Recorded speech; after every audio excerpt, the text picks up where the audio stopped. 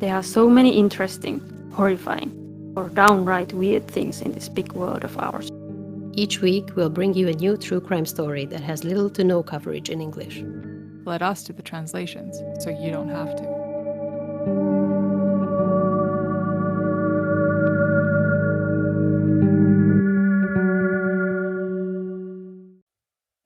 Hello? I was like, who's going to start? It's always me. Is it always you? Because I feel like it is. I don't know. I thought it might be always me. I'm not going to start now. And then just no one started. Hello. Yeah. But of course, we have to start with the awkward Finnish silence. That's a cultural method of communication. Mm-hmm. But I don't like the naming awkward Finnish silence because it's not awkward. It's not awkward. To me. It's not awkward. It's just Finnish silence. Yeah, it can be awkward. Can it? Like sometimes, I don't know. To me, yes. Oh. I'm like, what's wrong now? Why are you? I mean, I don't mean that we cannot sit just next to each other in silence. I like that part. But sometimes there are events and then Finns are just silent. I'm like, because they don't know what to say. Or Yeah. I mean, when I first got here, I was like, okay, do I need to fill the silence? And I was like, no, you actually don't need to fill the silence. And I would always have this mantra in my head. It's not awkward silence. It's not awkward silence. It's not awkward silence. So now I'm just like, great. No one's talking. That's cool. That's cool with me. It's, yeah. But I do think that also Finns they attempt to fill it to some extent. Like if you're just standing there, like a party, as your example, Victoria, like you would be there and maybe you stand, I don't know, in the kitchen with someone. Like I think both persons are thinking that, okay, I should probably say something. Someone should say something. Yeah. Yes. And then they might say something that is much weirder than in actual social countries. It's like, very funny cold pies. Like a weird comment. They're not going to be like, hi, how's your family? Or how are you? Yeah. No, I mean, I do like that part, that we don't have to fill every silence with small talk. Yeah. That's fine. And I also like, just like sitting on the bus or wherever, people being silent, great. But it can get awkward sometimes. Yeah. When no one is really talkative. And then you can kind of sense that everyone thinks that someone should say something. Yeah. There is the palpable feeling sometimes, yes. And they're always like, should it be me? But then why is it always me? I don't know. And then I'm going to say something. You have the mysterious foreign roots that bring you automatically more social character. But I don't want to be. But I feel like I sometimes force myself to be, even though I don't naturally want to. Yeah. I mean, this is probably a horrible stereotype to burden you. Yeah. Like, I mean, at work, I feel like I have to fill the silence a lot sometimes, or like be the funny person, or, that type of shit sometimes. And I'm like, oh, I don't like it. I just want to be in my corner, silent. In the back room, in the silent room. Yeah. But that was not a true crime related topic, but still very, very Finnish. So I think it's good that we addressed it. I mean, it could be true crime related. I'm just imagining a situation where you have some Finns who are like silent and they get drunk and then they get angry at someone who's talking too much or something. There has to be some point, something like they, and then murder somebody, like, why don't you shut up? And then, I could imagine that would be like a Finnish murder. Yeah, or motive. They murder each other for something that they could have just discussed very easily. They decided to be silent. They're like, I can't say it. I can't start the discussion. I can't share my feelings. But I hate that guy. Yeah. Because he's sitting on my coat. I want to leave, but it's -25 outside and he's sitting on my coat, and yet I cannot muster the courage to say anything. And moi doesn't work enough, or yo, or these people in the bus that like you're sitting by the corridor and they're sitting by the window. Aisle. The aisle. Yeah, and they want to leave. Yeah. And of course, some people are like, "Excuse me, I'm leaving now."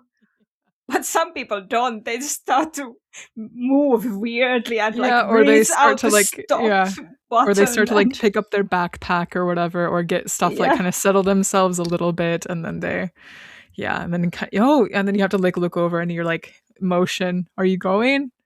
And then they just nod, and then it's like, okay, fucking Jesus Christ. And I do admit that I do that too, but in a way it's kind of necessity, especially in this weather, that you're like, okay, I'm going to use the next stop, so I'll put my gloves on and my hat on because it's cold. So then the next person usually kind of gets the clue. And you don't need to communicate. I mean, I usually say like anteeksi. It's non-verbal, I usually say like anteeksi or anteeksi tämä on minun pysäkki or something. Like depends on the person. Like if it's an old person, then I'll be more like anteeksi tämä on minun pysäkki. Like, just more kind of nice about it. But I of course usually say something too, but like sometimes you don't need to. Like they notice it before you have the chance to. Then I just say kiitos.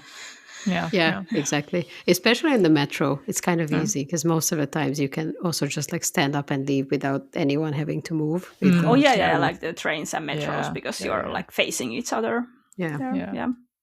So that's nice. But the contrast is big with most people not wanting to communicate at all, and then sometimes there are these old ladies who want to communicate a lot for some reason. And I'm always like caught off guard, like what is happening? Why are you? Them. But I just never expect it when it happens. Yeah, you never know. This is today. Someone will talk you. Yeah. Yeah, actually, like when I was going to work last week, because I, commute to the office once a week usually to Helsinki, and like I was in Forum because I usually catch the elevator into Forum and then catch it all the way up to the top and then just walk out. Classic. Me too. Yeah, railway station. And these guys, like obviously an American or Canadian, I actually didn't get that much conversation, so I couldn't tell whether they were, but I think American. They're like, hey, how do you get to Kompi through the tunnel? And I was like, oh, you have to go up to the second floor and then it's past the juice kiosk thingy. And then there's like a tunnel thing. I think that's how you do it. And then, so like guys just like randomly start talking, or like, asking for shit. I was like, okay, well, at least I was helpful a little bit, maybe. I don't know. That's weird, though. Someone actually talked to me. But they're American, so it's fine. Yeah, that doesn't count if they were American. Yeah, but then I was like literally right outside our building, like downstairs. I was just getting my key out to like almost like, prepared because I was maybe a couple meters away from the door. Mm-hmm. And this older couple, like one guy was sitting on one of those walkers that has the seat and stuff. And then there was a lady, older lady too. They're probably in their, I would say like late 70s, early 80s or something. Mm-hmm.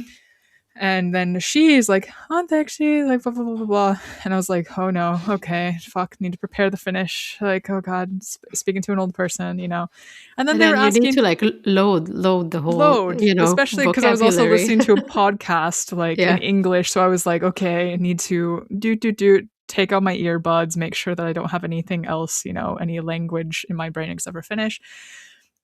And then she was like, where's the maistraatti? I was like, oh, yo.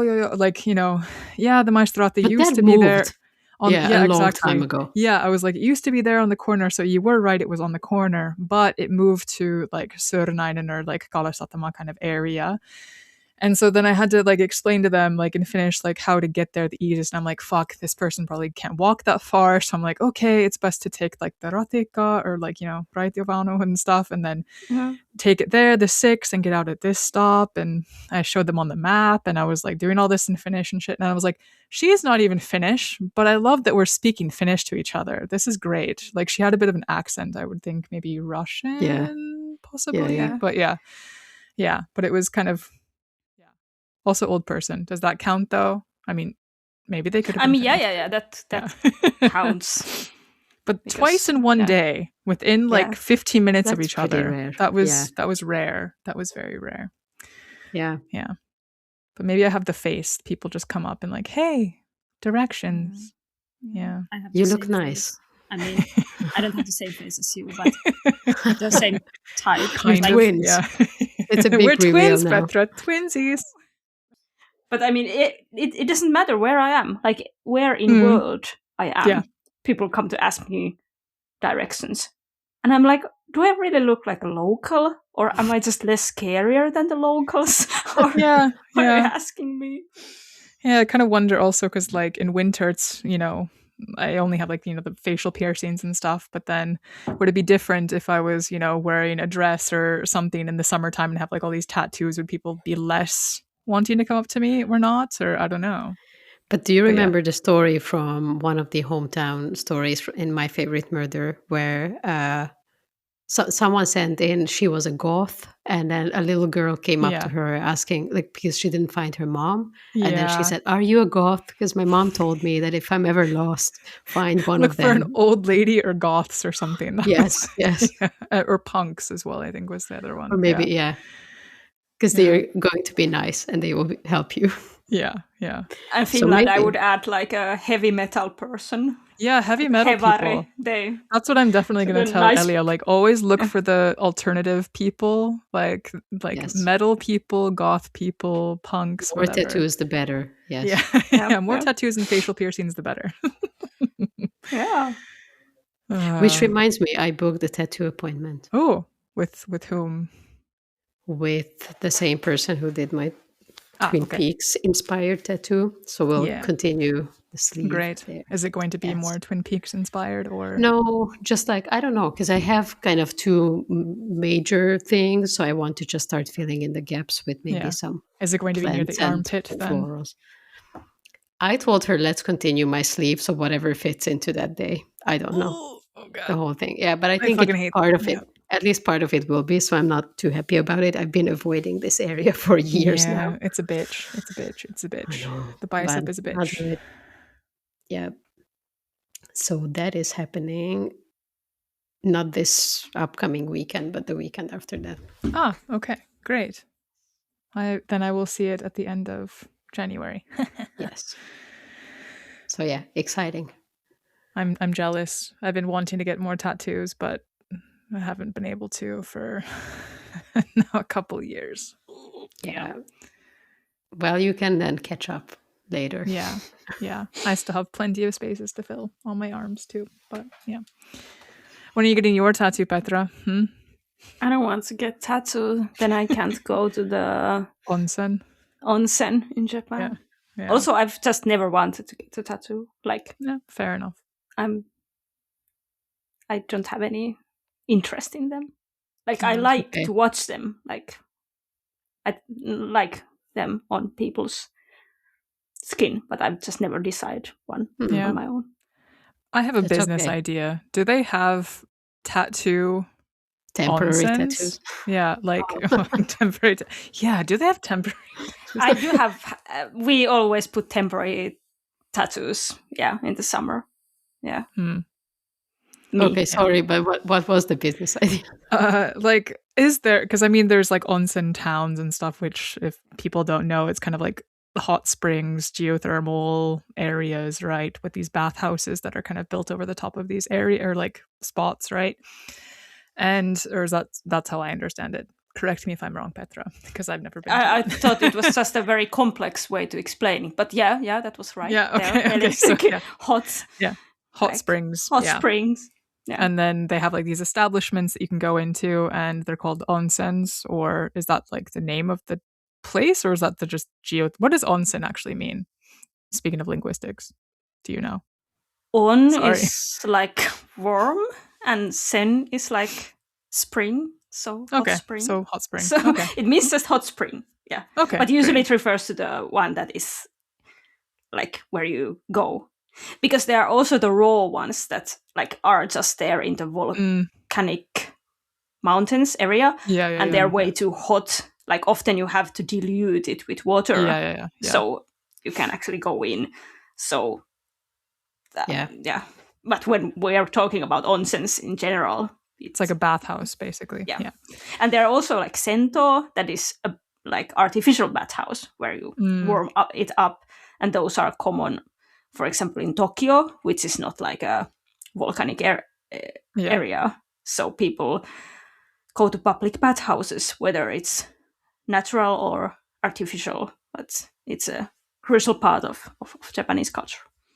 But I mean, okay, like there has to be a lot of areas where there hasn't been like an onsen, you know, built on top of the hot spring. So what about building one that would only allow people with tattoos instead of just people without tattoos? Because I mean, what about Yakuza would be a great business partner. There technically. Like it's. I'm sorry to disappoint you, but this is not a new business idea. Damn it! There are like I'm sure there are. I doubt that there are places where tattoo is the what's the word? Like that you would have to have a tattoo. Well, in my place, but you would. There are lots of places that allow you to like where it's not. Because I've just seen the ones where they cover up their tattoos with like some Band-Aid or some skin. Yeah. I mean that is the usual. Yeah. I don't know what's the percentage. Let's say 80 or 90. Like that is the usual assumption. If you go to onsen, it's most likely prohibited. I would say that there are two types of places where it's okay. One is something that is very aimed for tourists. So they're like, fine, half of our clients are tourists from Western countries. So whatever, please come. We are nice, la la la. And they probably have all the text in English and so on. And the other half would be some kind of like more old business where if you go there, you probably will meet Yakuza. Cool. Oh, yeah. Okay. So that's where we are going. Yeah. And then we can compare tattoos and be like, hey, cool tattoo. Cool tattoo. Hey. Yeah. You should want to hear about my business Yakuza idea. I don't think I've ever, but I have actually I know a person who has an Instagram account where she like collects all the onsens in Japan where you can go with tattoo. Huh. I can send it to you. That's handy. Reload my Instagram then, but no. Then I'll delete again. Don't risk it. Yeah, don't risk it. It's all good.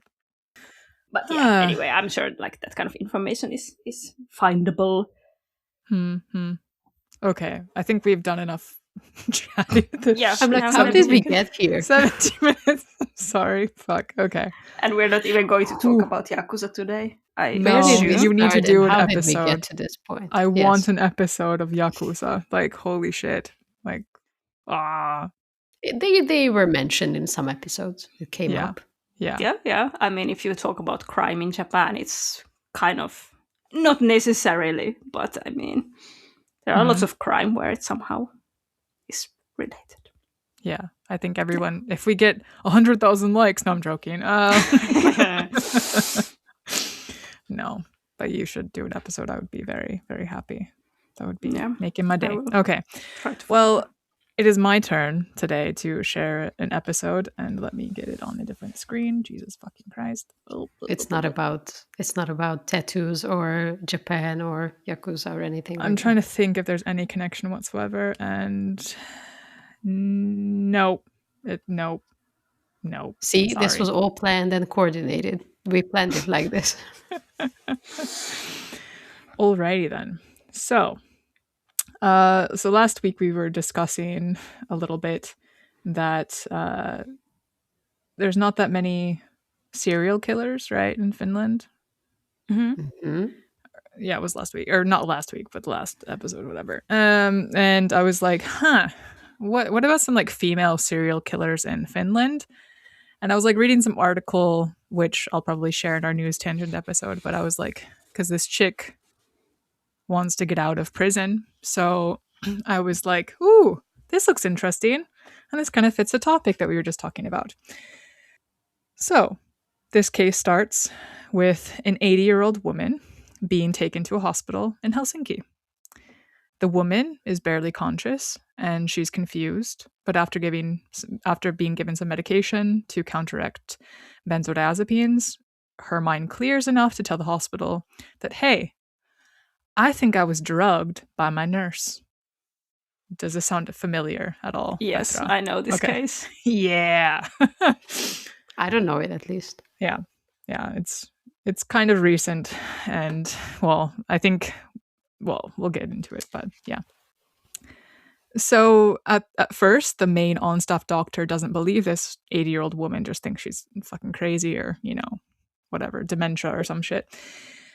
But then the assistant doctor on staff is like, hey, I actually believe this old woman. So this leads the hospital to contact the authorities. And then an investigation unfolds. So that's the beginning. So in this episode, I'm going to discuss Aino Nykopp-Koski, known as the myrkkyhoitaja, or the poison nurse, also known as Finland's first convicted. And I in quote convicted because who knows? There could be other female serial killers in Finland that we just don't know of. So Finland's first convicted female serial killer. This has some... I'm sorry. I don't know. Maybe you're going to say the same thing, Victoria. No, say it. We'll see. It has some connections to the case that Victoria had way back. Yeah, I wanted to say the Hungary. same thing. Did this come up then, like briefly? It might have, yeah. Like maybe I mentioned that there is this case. We should re-listen to that. I vaguely remember. Episode. Yeah, because this just came in the news recently because she's asking for I also saw that parole. Yeah, so I was like, "Oh, this is very timely. I'll cover this." She had been changing her name or something. Also. Yeah, which I will also get into as well. Yeah. Okay. So going back to the case, the police then head to the private nurse because she's at this point like a private nurse. Before she was working in like Mehiläinen or something at like some hospital, like different places, but I guess she was at this point, I forgot to write down the year, but I think it was like 2006, 2005 or something that this happens. And so they head to her house, the nurse's residence, and then they find a yogurt package, or I found different things. It was like either a package or a bowl or some type of thing that had traces of yogurt and benzodiazepines or benzos. So the same drug that, the lab confirmed that was in the woman's blood and urine tests, the 80-year-old woman. And like, even though this drug had not been prescribed to her, like part of her regimen for medication. So with some thoughtful detective work, the detectives and the chief inspector of criminal investigations, who is now retired, Arto Karalahti, thought that, she has a history of being a nurse for 10 years. This could either be the first time, committing such an act, or she could have been doing this before and just not have gotten caught. So I like his line of reasoning because holy shit, this could have been a lot worse because like she is old herself, but I mean, people we'll also get into this, like this type of victim profile is easy to get away with because of course, like people just die like as you get older, like 80-year-old. Yeah, okay. She died for this reason or something. It's kind of easy to cover up. So they retrieved her entire work history for the past 10 years and went over it and looked for any suspicious illnesses or deaths that were on her watch. So I couldn't find, just going back to who this Aino Nykopp is, and I'll just refer to as Aino because like whatever. Couldn't really find much information on her because I'm sure there is some very interesting background information, like to make her this type of person to do these types of crimes, right? Like almost killing people, attempted murder and murder. And just like your case, Victoria, like, do you remember, like, it was like the Black Angel murder? Yeah. I don't remember if we went into her background or history, but the personality definitely kind of seemed the same from what I remember of the episode. Yeah, I wish I remembered any of the details. Yeah. Because I usually, prepare a case and then I forget everything about it. Yeah, same. But sounds similar. Yes, I can't remember how much I went into her background or, like upbringing, things like that. Maybe not much. Yeah, I don't think. But yeah, like afterwards you kind of like put it together and you're like, wow, okay. the diagnoses of like mental state, and it seems quite interesting that there has to be something in childhood that makes the person this way. But yeah. So does there? I mean, is it always from the childhood?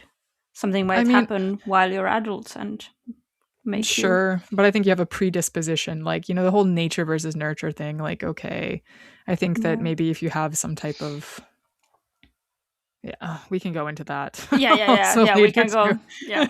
Something like you were neglected and like ways of getting attention. And because I mean, people think that like sociopaths, it is about like there's malignant sociopaths and like benign sociopaths, and like some malignant sociopaths are like these, or what is it?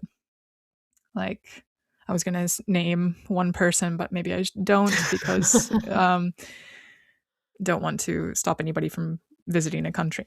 Anyway, but basically sociopaths are like, this one podcast I was listening to kind of covered, because they were interviewing 2 sociopaths, and they were like, yeah, it's like you don't get enough attention as a kid or something, or like this type of attention, and you kind of have to like, it is about upbringing, basically. Like, you maybe have a predisposition for it, but then the upbringing kind of makes it go a certain way. Like, either you can be, you know, more sociopathic or less sociopathic with your tendencies. Isn't there what they often say, that like lots of the, I mean, I guess that's what we were referring to, like people in power, like let's say CEOs, have like same genetic traits, but I guess for them other things went well in the sense that they became successful, but like the way they act might still be sociopathic, and that's how they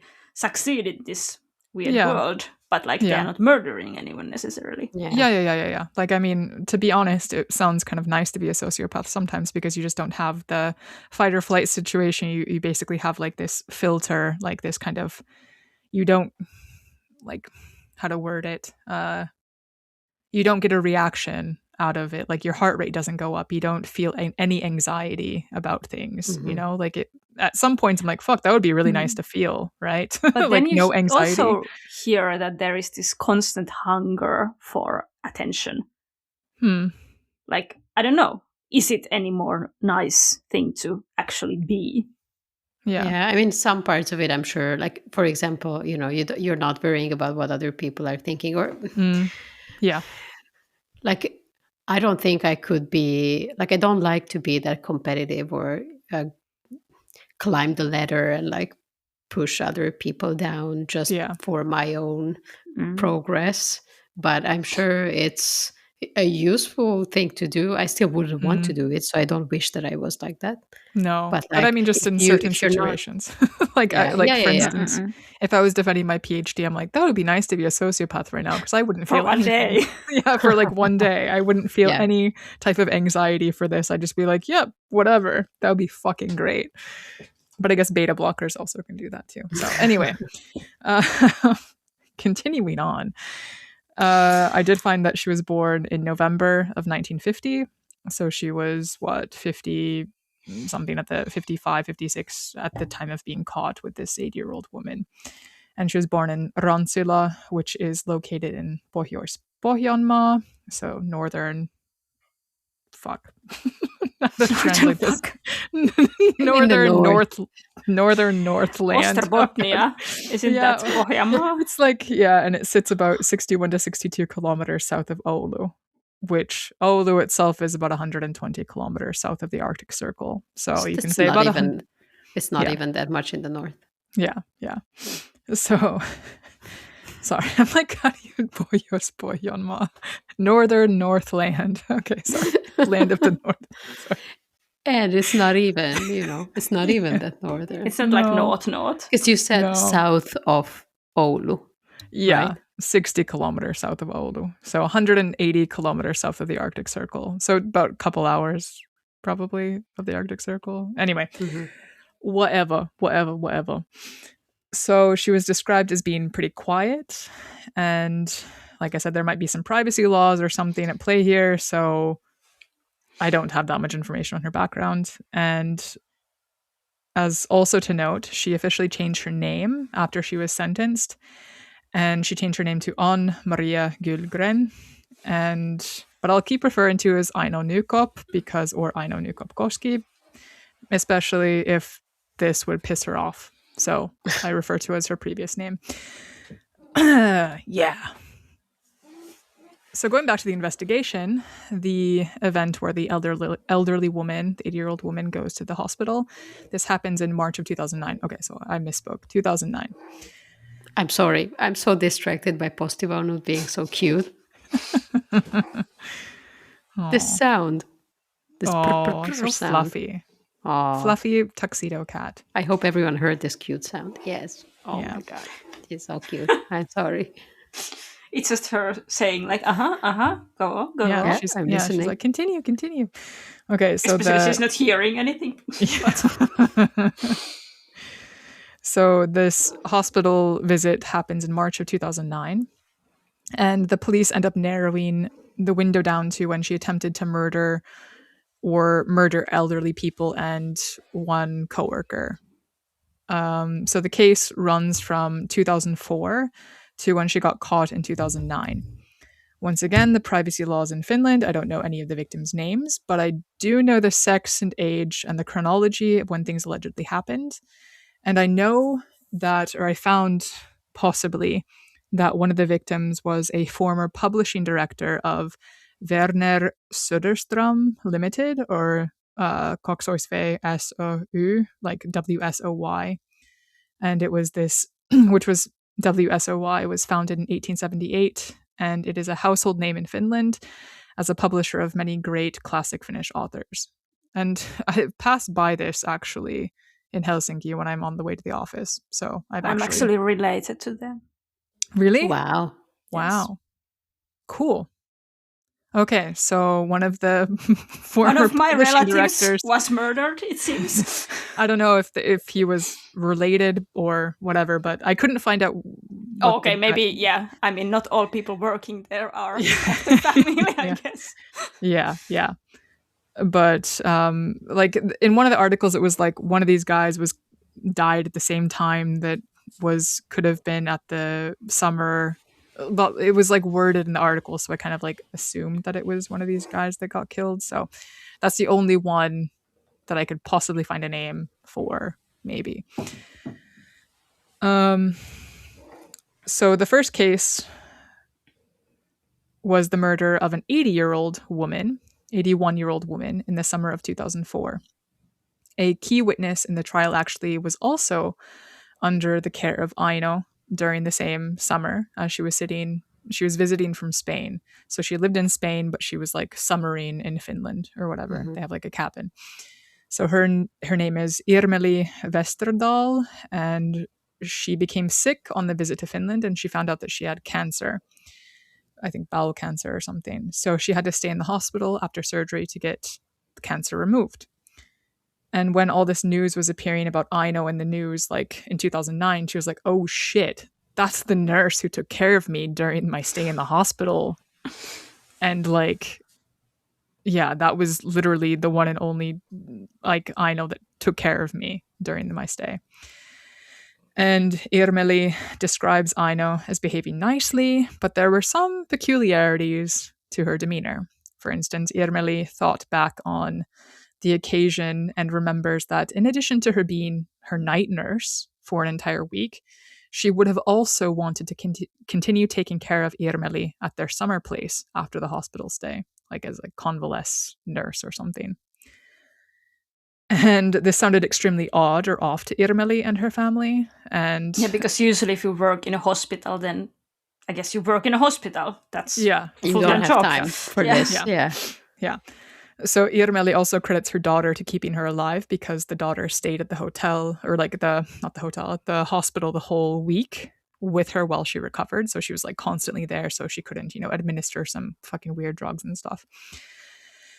And then one last comment from Irmeli, where she says, in reaction to Aino's sentence, was in Spain, something like this would be punished more severely. So we can talk about all that stuff later too, because that'll come up.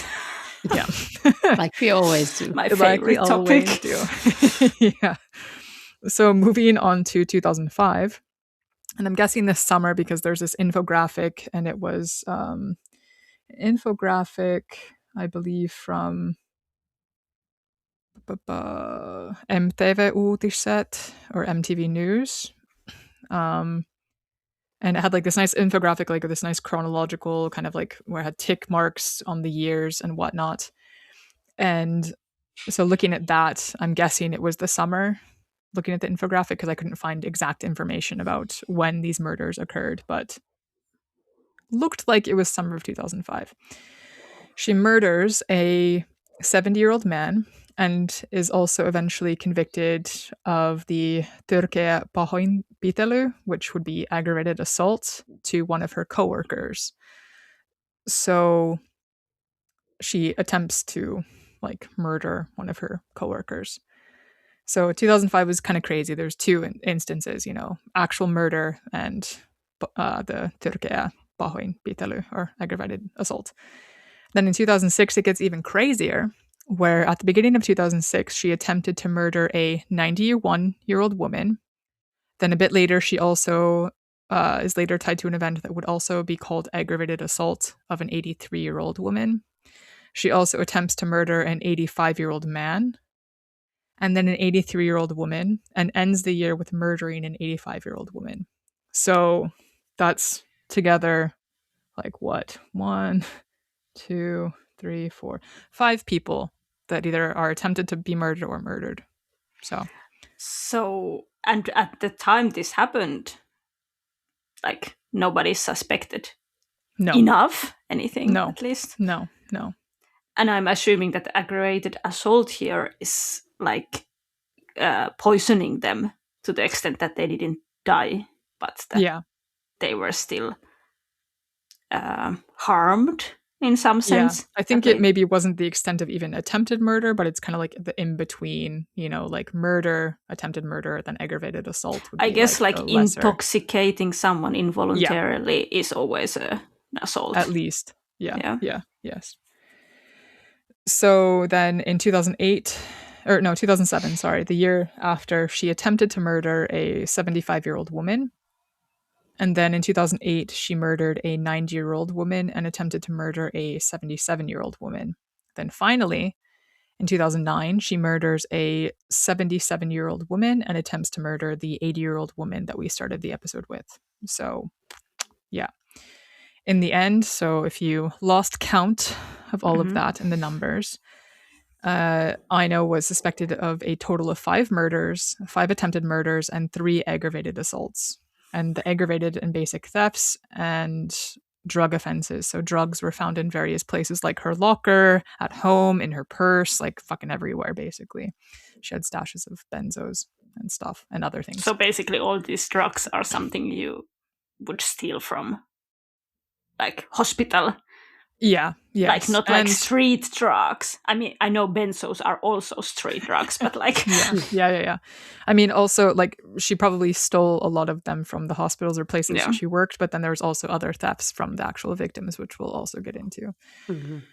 We'll talk about motive and whatnot. So she always carried out her crimes in the same way and would use an overdose of medication, most likely benzos or something that's interacting with the central nervous system, and then would tell the paramedics or other healthcare providers that the patients were abusing the drugs and to allay any guilt from herself. So basically, she would always be there when their lives were ending or about to end. And then, so the paramedics would show up and they're like, oh yeah, they're just addicted to these benzos and stuff. And I guess they took too much or they're an alcoholic or, basically just making an excuse for this person, even though they aren't a drug addict or anything like that. So, she was always, yeah. Huh? Maybe I'm stopping you too early now, but like usually, okay. So like there is if someone dies, there's a paper like why they died, and the family can read that, like they get it from the hospital or wherever the death is like officially declared. Yeah, and if it says like because they had a addiction, and if the family is what the fuck, they didn't have an addiction. I'm just curious, like was there no family that was like, okay, this doesn't make sense? Yeah, or like maybe they died of a heart attack or something that was related to the benzos or something like that. Like there could have been some other cause of death, but the underlying circumstance or like the catalyst for the death was the benzos or some other type of drug. So then maybe on the actual report it was like not drug overdose, but like. But I recently have read a report like this, and it was quite long. Like it wasn't just like this is why he died. It was like there was this and this and this and this background, and then he died.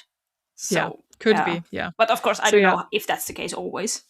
Yeah, and also these people are very old, and maybe they didn't have relatives. Do we know if all of them had? Or the relative is kind of like not close to them. Yeah. Like, if you don't visit your grandma like maybe once a year, twice a year, how would you know? Maybe they are affected. Yeah. And I mean, most of these people were like 70s plus, so it's kind of like, as sad as it is, I mean, that's why she chose these people, because it's easy to kind of like assume that there's something else at play, not her, causing their death. So yeah. But during the investigation, 3 of the bodies of the elderly people had been exhumed. So then forensic autopsies could be performed. And this was because, like, I mean, which is nice in Finland because you don't embalm the bodies. So, like, you're not going to get rid of a lot of evidence, like, for poisoning or drugs or whatever in your system. So this was one of the main bodies, pun not intended, of evidence the police used to convict her. So, yeah. And of course, Aino denied all of these claims. And according to a mental health examination, Aino was fully aware of what she was doing. She was found to be exceptionally prone to lying. So this is coming into the Black Angel murder that Victoria had covered many episodes ago. So exceptionally prone to lying, highly capable of manipulating others, and able to inspire trust through seemingly friendly behavior. So it's very, like lying was the main thing that kind of stood out to me, that this like almost pathological liar kind of mentality. And she has also diagnosed antisocial personality disorder. And she even said during an investigation that like... So the 80-year-old woman who went into the hospital, remember there was the yogurt container near the sink or whatever. And she said, no one would ever eat such a life-threatening amount of medicine in yogurt because you can't hide the taste. And if I had mixed medicine in the yogurt, I would have washed the dishes. My client had a very keen sense of taste and would have noticed that there was something extra in there. That was her excuse. Excuse of what?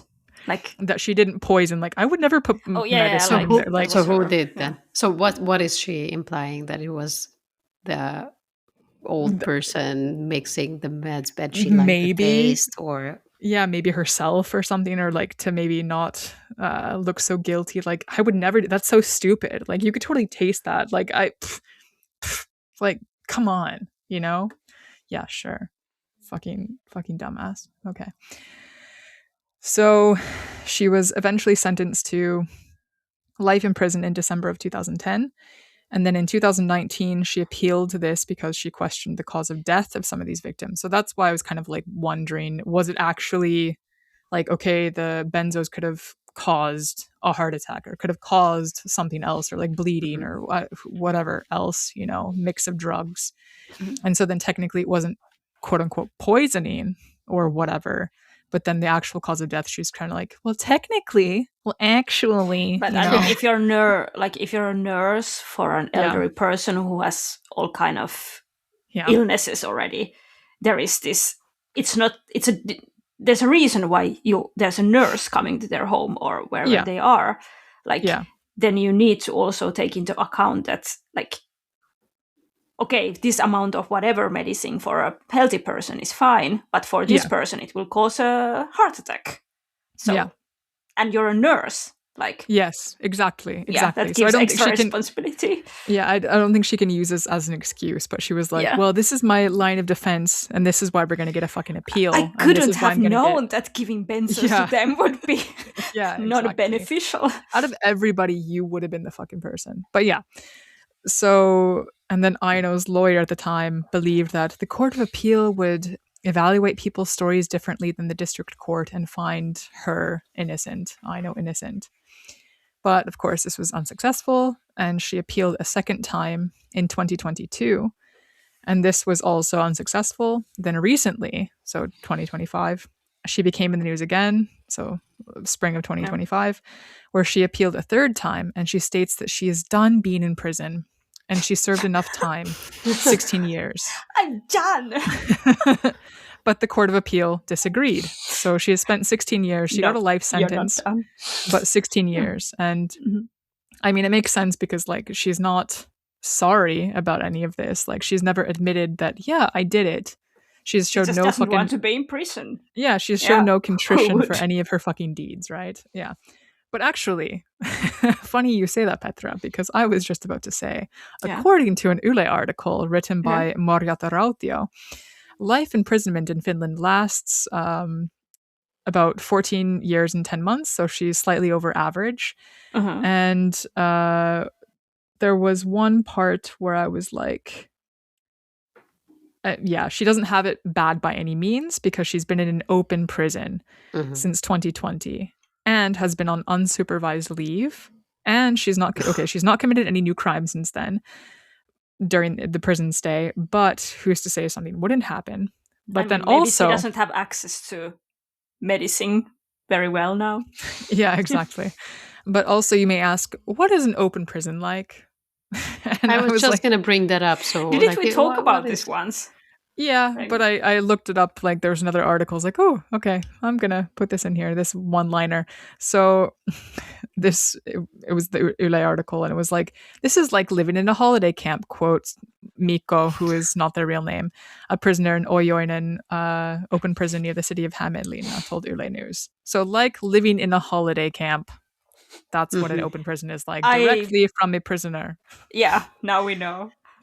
Also, I would assume it's maybe in comparison to normal prison, not like in comparison to normal life.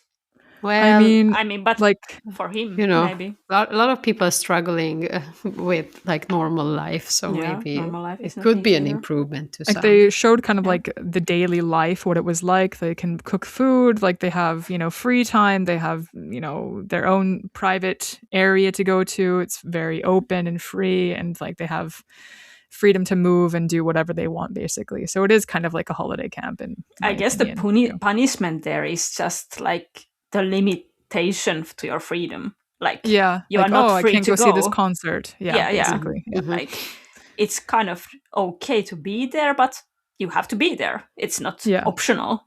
Yeah. But I mean, 3 hots and a cot, and it seems pretty nice not having to. It doesn't sound too bad. Doesn't sound too bad to me. Anyway, and I mean, she's pretty old at this point, right? Yeah. So where would she go next? Maybe to an elderly house to be taken Which care is the same thing. Nurses, oh no, by nurses. Nurses. Does she trust other nurses? Is the question. I think she should. Ooh. Yeah. No. So for instance, nurses are good. Yeah, usually they are. That's the thing. Yeah, nurses usually are good, and that's why. That's exactly in Finland, where people are usually more honest, and then you have a nurse doing this with elderly people. That's like triple fucked upness, you know. Yeah. So for instance, Aino has been taking avoin yliopisto courses or open university courses since 2023, and she has like these courses are, I think, like 15 euros per credit or something, like very cheap courses, but you can take Finnish courses or random psychology courses, anything and stuff like that. Basically. And you can also like build, like you can take credits so that you build an actual like a set, like like a module like, or something. Yeah, module from them. And I think for some programs you can like apply to the actual university program based on like I get them recognized. 1 year of modules, and now I get in because my Or I have heard people doing like kind of basically almost doing the whole degree from Open University courses, then enrolling to the program and like graduating almost Yeah. immediately. Yeah. So do you want to guess what type of courses she's been taking? Maybe she wants to become a doctor Psychology. next. So Petra says doctor courses, and what do you I was think? like psychology or something like that, criminology. Should we have more guesses? Is it something Chemistry? completely random? You guys are kind of on the right track. It's equally as funny, in my opinion. But so the first one is Introduction to Ethics. Okay. Yeah. She's like, I think I missed this one, so maybe I should. Introduction to Logic, which, okay, sure. Yeah. Fundamentals of Nutritional Therapy. Yeah. Yeah, like don't eat benzos with the yogurt. Yeah, and Introduction to Philosophy and its History. So she's very, like ethics, philosophy, nutrition. Sounds like she is thinking about this. We don't know how, but where did I go wrong? Yeah. Let me try to understand it. Basically, that's what it sounds like. And I don't think she has completed the courses, or like some of them were left undone. So it's whatever. But I mean, if you just take the lectures and don't take the last test or like the exam there. Yeah. But if you don't really need the credits for anything. Yeah, I thought that was quite funny. Yes. So yeah, anyway. And my last section is, as for motives go, as I'm sure you were wondering, why would she do such a thing to these elderly people, right? Yeah, I mean, originally she has wanted to become a nurse, and she has graduated as a nurse. And I assume there has been also lots of people she's taken actually care of. Mm-hmm. Yeah, she hasn't murdered everybody she's taken care of, obviously. Otherwise, there'd be 100 or more people that are dead. Or maybe we just don't know. Oh, God. Well, I think the investigation did pretty well. Yeah, anyway. So, I guess shortest to say is that she had no motive. So, of course, there's plenty of speculation, though. Mm-hmm. In the Ilta-Sanomat journalist Mika there's an L in there. Viljakainen suspects that there could be a situation where she wants to kind of appear like a hero. So she's taking care of some of the patients, or maybe she brings them back from death, or like doesn't give them enough to kill them, but then, saves their life, or that type of aspect. And right? Everyone's like, "Oh, you're such a skillful nurse saving them." And they're like, "Oh, thank you, you saved my life." Exactly, yeah. So like that could be sympathy, one. Sympathy, possibly. I think there are cases like that. Like, so would it be like a Munchausen by proxy type of situation? Yeah, I think so. Yeah, like she gets the attention for the attention that the people are getting. Kind of. Yeah. Yes, I think so. Yeah, I think that would fall into that diagnosis. The second one would be for financial gain. So a lot of the patients that she would go visit were they were wealthy, and they were living in very affluent neighborhoods in Helsinki. I think like Punavuori and those type of areas, like in southern Helsinki. I guess if she was private nurse, that means that they were like paying directly to her. Could like be. That she was not sent by the municipality. No, I don't think it was public at all. So I think like these people had nice things, nice apartments, nice stuff like so that could be financial gain that she wanted to, steal from them. But was there any proof that she stole something from them? Yes, there was. Okay. I'll get into that too. And then another one would be the jealousy of wealthy. So just basically like, oh, these fucking people deserve to die because they're wealthy. But that doesn't seem as likely. I think it's probably a mix of things, to be honest. But yeah. And then the last one would be they did find multiple items from her victims. For example, a Louis Vuitton umbrella, a gold cross necklace, like this nice like gold cross necklace that was quite big and extravagant, and then a white gold diamond ring. So these could have been for financial gain or just memorabilia of her crime. Yeah. So those are kind of the motives that this Mika Viljakainen kind of pointed out in this Ilta-Sanomat article. Could it be that she stole even more things that she already sold? And could be. Like could very cash, well be.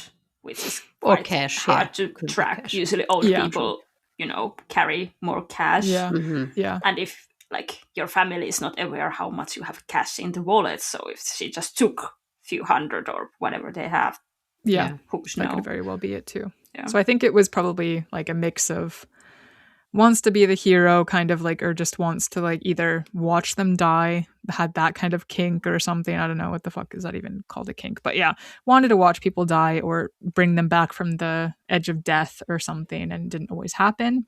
Like a god complex. Yeah, god complex kind of thing. Or then also for the wealth aspect, like might as well just take some stuff because they're old, they're gonna die, they're gonna, where's this money gonna go anyway? They don't need it. So that's kind of, I think the blend of a couple things. Yeah, I doubt that financial, like it doesn't sound like financial gain would be the sole reason. No, here. I don't think so. Yeah. No. And she doesn't give an explanation, right? She's just like, I've never done this. She still denies that she did anything, that she did anything wrong. So that's what I mean. I think it is kind of this god complex, because she's like, either she believes that, she did well or did good trying to kill these people, or, putting them out of their misery, or something like that. So it's kind of, I don't know. I can only speculate, but yeah. So that is Aino Nykopp-Koski, and I will not use her new name. But yeah, so she's not out of prison yet. Yeah, exactly. That's what I wanted to check. So she's still in prison, apparently. Yeah. 16 sounds years. Like a long prison sentence in Finland, especially. Yes, because the average is 14 years and 10 months or something. So, yeah. But this is also not an average amount of people murdered. No, or average kind of personality or kind of mental state or whatever that she was in when she murdered people. It was very, calculated and thought out, and but she what could have we kept usually going. talk about is that, whatever you do in Finland, you'll get out after 12 years. But luckily, that's apparently not the case. So if it's serious enough, because is it so that there's always like a parole hearing or something after the 12-year mark? I think it's even sooner than that, but I think it depends on the stipulations of the actual. If you have a life sentence. Oh, life sentence. Yeah, I think there is automatic appeal. Yeah. Yeah. But there are cases in Finland who never got out. Like, I think the infamous Jammu Setä. I don't know what his actual name. He was the horror story of my childhood. Like, the adults would say that beware of Jammu Setä, which probably was weird because I think at that point he was already having his sentence in prison. But I think he was there, until he died. He was one of the serial. What did he do? I don't want to have it as a case. It's I think he killed kids and burned them and very horrible stuff. So that's why the kids were beware of him. But I think him was just people like him kind of thing. Yeah. There are bad people who want to kill children. You are children, do not approach them. Mm-hmm. Yeah. Well, I think if people would request that case specifically, I can maybe cover it, but the child aspect is pretty fucked. Yeah, it's horrible. Yeah, I'm the only one doing the child murders. Yeah. Yes, you are. I once thought because I remember it's kind of a, I don't know what would be a good people household name, kind of everybody knows it, infamous. Yeah. So that's why I looked it up, and then I'm like, nope, not gonna do it. Yeah. Okay. Well, but that was this. This was interesting, and I wonder why she changed her name. Yeah, everybody knows it. And you see her face on the articles too. What she looks like, her names, both. And, yeah. And it's not like she got out and then she changed her name. So, you can kind of start from the beginning. People not, I don't know. Yeah. It didn't really help. Who knows? She's a weirdo. Someone who I don't want to meet. Yeah. But yeah, interesting case. Thank you. Yeah, it brings you many thoughts about, especially in many societies now there's a lot of people live longer So there's a lot of elderly that require caretaking, and often their children are either still working, both working, or they are old themselves. Yeah. So yeah, it's scary. Like you're like when your health starts to decline, and the nurses are the people you should be able to trust. Yeah, you're at the mercy of other people. Yeah, it's kind of shitty. It's very scary. And there was just this. Okay, maybe this becomes a news tangent almost, but there was just this case like a couple of days ago about the. Okay, maybe you save it then. But yeah. Okay, but I mean, this is not yet. I don't know if this is. I think it should be criminal, but like, yeah. Anyway, like elderly people die also accidentally, like in the sense that there is no one wanted to murder them, but there is just not enough nurses, and accidents happen, and yeah, it's pretty sad. So yeah, and it's not really solved in any countries, or I don't know about any where taking care of elderly on a systemic level would be figured out. No. Yeah. And you think even countries that are like pretty advanced, like Finland or Japan or whatever, that have a lot of elderly population, that they're advanced in other areas, but just not the care of the elderly. It's kind of, fucked. Yeah. I mean, I don't think it's like just 100% bad.